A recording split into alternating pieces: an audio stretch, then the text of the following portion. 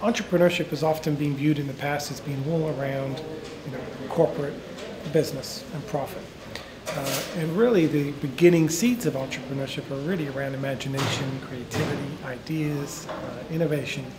And so we think there is a vast untapped array of individual talent around the world who has been scared off from the notion that maybe on face value they said, well, I don't think I'm a businessman or a businesswoman.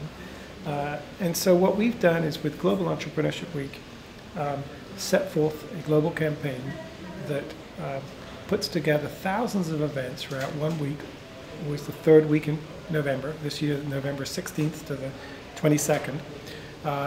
And in each country those activities are put in front of young people. It could be mentoring sessions, business plan competitions, all sorts of fun and innovative ways for them to test their interest, their expertise, and their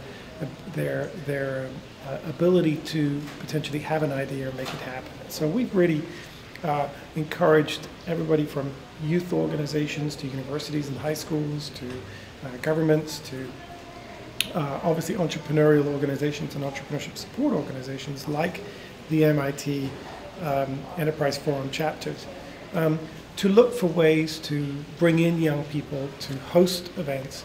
And the business model has been fairly simple. We've gone out and in every country created a core team of organizations that have then gone out and developed, frankly, hundreds of partnerships with organizations that have then organized and hosted events in that country. I mean, in Russia, for example, just one organization, Junior Achievement, put on events across Russia which involved 300,000 kids, all of which who said, I may one day have the potential to be an entrepreneur. I have an idea. I can make the world better. I want to make my mark. And especially in these times of recession and fear, and we get very xenophobic. We get also very frightened. And I think it's especially important to look to young people because when I look at them, I don't see any fear in their eyes. They have a long-term view of things. They're willing to take risk. They've got little to lose. Perhaps there are fewer jobs now available. And so we're with Global Entrepreneurship Week, we're tapping into that spirit. And we hope by seeing young people embrace their ability to connect with their imagination and to unleash an idea. Our website is unleashingideas.org.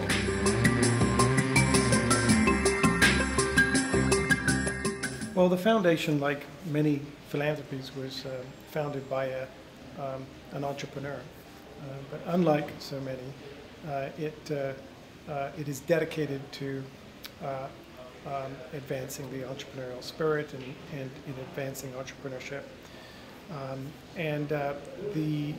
The foundation has therefore embarked upon a role of trying to improve the quality of research, to improve the performance of programs that help entrepreneurs be successful.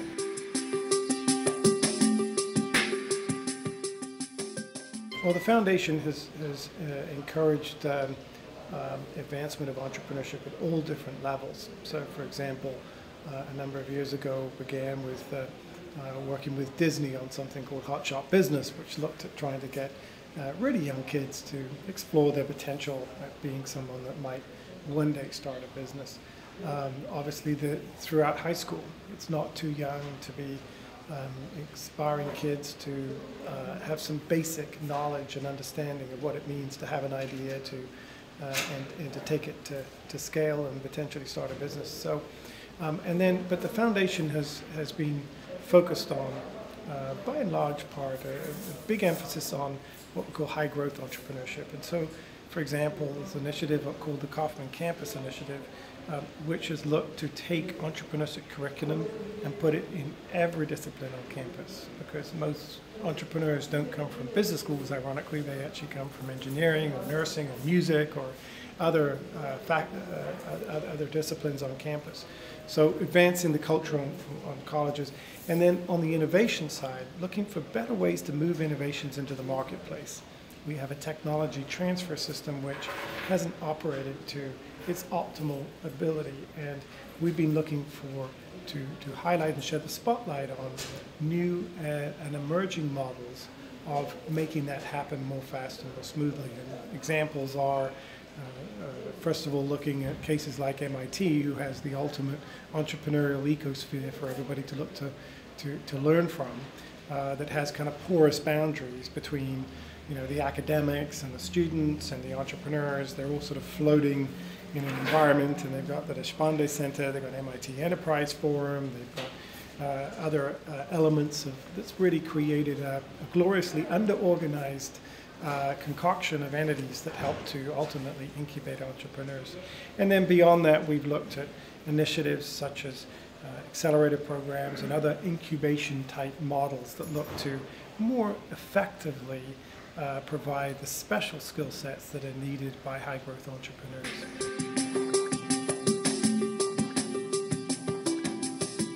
I think the primary lessons to be learned are around the importance of creating that ecosphere but keeping it relatively informal. Ed Roberts at MIT, who's the author of that study, has developed some important data, obviously, around the economic impact that MIT has had. But he's also put together some lessons that I think this is not Kauffman content. This is from MIT about how other universities can do a better job at increasing the number of startups.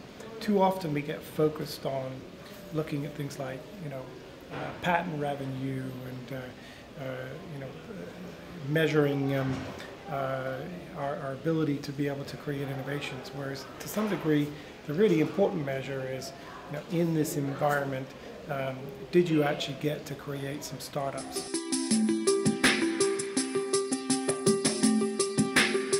Looking ahead in the future, the foundation will continue to play an important role in a measurable way in terms of the number of high growth startups that are created, the quality of the mechanisms that are used to help generate them, but perhaps most importantly, I think, part of the legacy that's getting created is a fresh look at developing a intellectual base of research and data that directly draws a correlation between economic growth and the role of the entrepreneur.